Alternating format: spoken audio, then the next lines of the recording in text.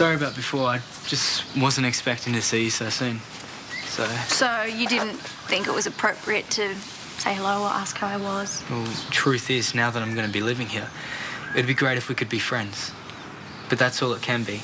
Just friends. I think I have room for another friend in my life. I expect to be treated like one, though. Sure, no problem. Well, maybe we can hang out later? Shoot some pool? Sure, whatever. Cool. Well, I'll see you around then.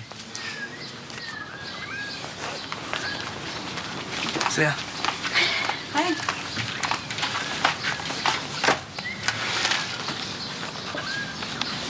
It was nice of him to apologise. But yeah, I think it is better that you're just friends. You didn't really buy that lame let's just be friends line, did you? As if any guy would apologise and then just want to be friends. It's so obvious he still likes me. Give it to me straight. Here you go, darling. Extra strong by request. Thank you. That'll wake me up for the rest of the meeting. Well, he's hoping so, love.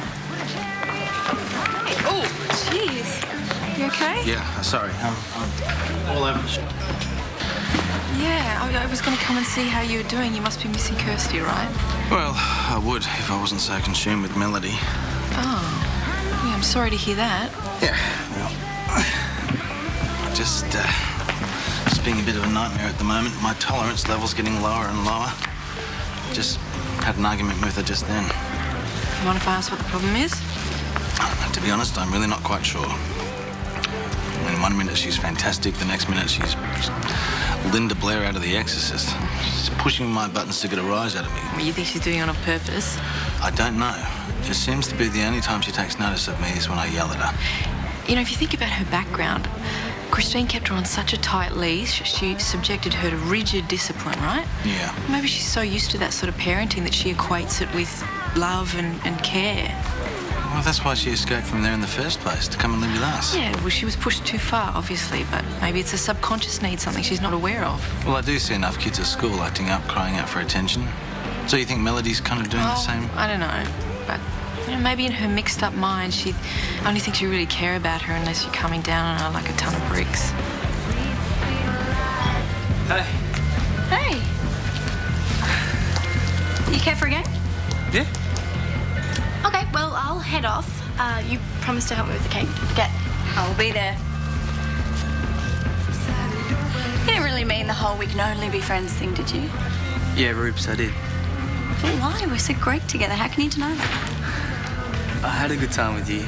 Yeah, but it's complicated. Okay, well, there's this other girl, and it's kind of up in the air at the moment. Forget about her. Go out with me. Simple. All right, what is so good about this other girl? I can handle it. I'm tough. Well, she's like no other girl I've ever known. And I'm not. No, that's not what I meant. You're great. I'm just not her.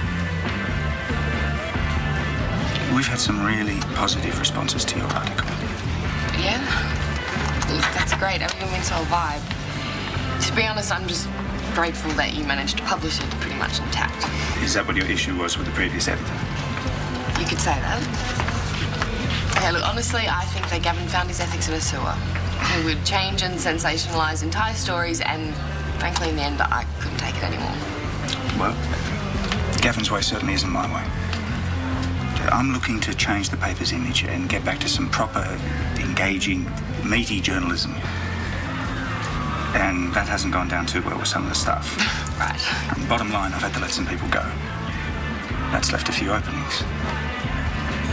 Are you looking for a new cadet?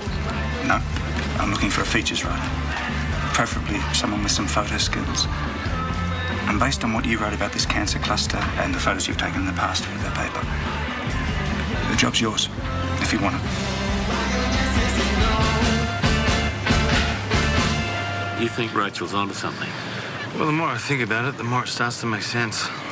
So this might explain her behaviour, the grog, the boys and the rest of it. I wonder if her acting out is a cry out for attention. I don't know. I know Rachel's a shrink, but it just seems so complicated for a young girl. You know how her mum was, how strict she was. And she was always saying it was because she loved her and it was the best thing for her. Maybe eventually Melody equated these strict boundaries is a way of being loved. Makes you think, doesn't it? You've got to be so flaming careful with kids. And she has so much freedom at our joint. Maybe that's the reason she's acting out. So how do we rein her back in? I mean, at the minute, she seems like she's on a slippery slide to nowhere. All right, I'm all done. Can we go now? Thanks for helping out, love. See ya.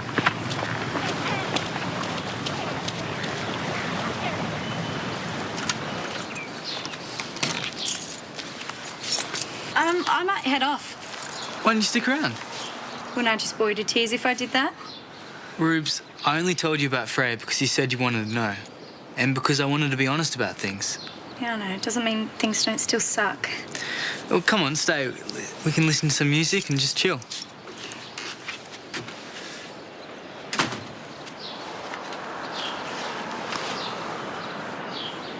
So can I get a drink? Yeah, there should be something in the fridge. Don't worry, I'll get it.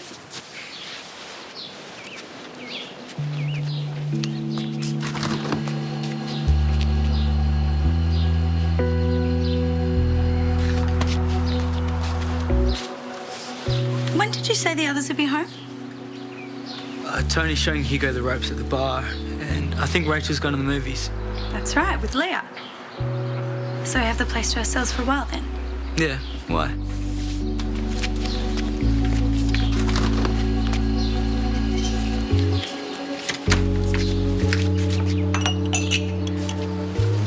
And you said I was boring. No, Rubes, I don't think that's a good idea. Oops, too late now. It's open. We're just gonna have to drink it. Or aren't you wild enough?